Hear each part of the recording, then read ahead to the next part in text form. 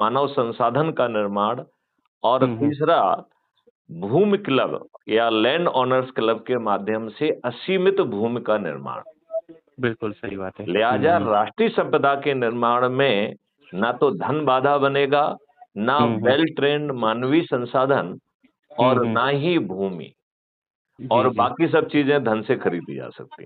सही बात है, बिल्कुल। इसका मतलब है कि भारत का विकास जो है वो केवल एक ही चीज पर लंबित करेगा, एक ही चीज पर निर्भर करेगा, वो है कि हम कितना बड़ा सोच पाते हैं। हाँ, बिल्कुल सही बात है।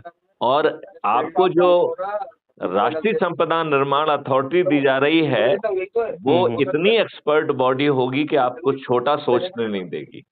मतलब आप बड़ा सोच के बड़ा कर पाएंगे। इस देश की इकोनॉमी 3 ट्रिलियन से 500 ट्रिलियन पहुंच जाएगी।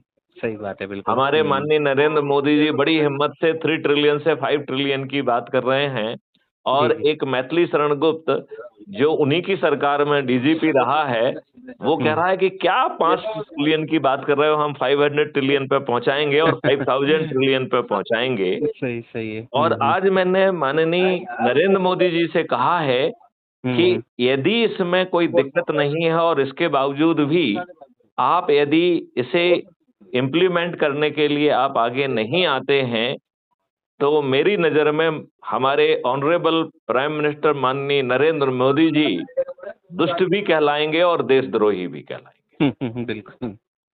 देखिए, कुछ काम जो माननीय नरेंद्र मोदी जी को करना चाहिए था, वो उन्होंने उसे करने का अवसर खो दिया, अब बहुत मुश्किल जाएगा। जी, बिल्कुल। अभी आपने देखा होगा वक्फ बोर्ड एक्ट जो है, वो 44 संशोधनों के साथ में टहल रहा है, जॉइंट जेपीसी में जो ना घूम रहा है वो, राइट? मैं ये कह रहा हूं, यदि वक्फ बोर्ड एक्ट एंटी कॉन्स्टिट्यूशनल है, तो पहले तो उसे पैदा ही नहीं होना चाहिए था। बिल्कुल।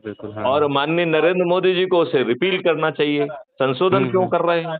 हाँ, सही बात है, बिल्कुल। हाँ।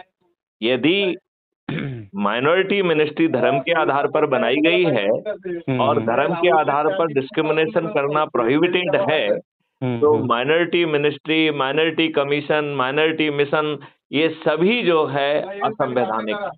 बिल्कुल सही बात है। मुझे नहीं मालूम है ककरेजा जी कि आपको मालूम है कि नहीं, हमारे राजनेताओं ने 55 कानून राष्ट्रीय जो है अपने भारतीय संविधान की उसके खिलाफ बनाए हैं और अभी एग्जिस्ट कर रहे हैं। माननीय नरेंद्र मोदी जी को एक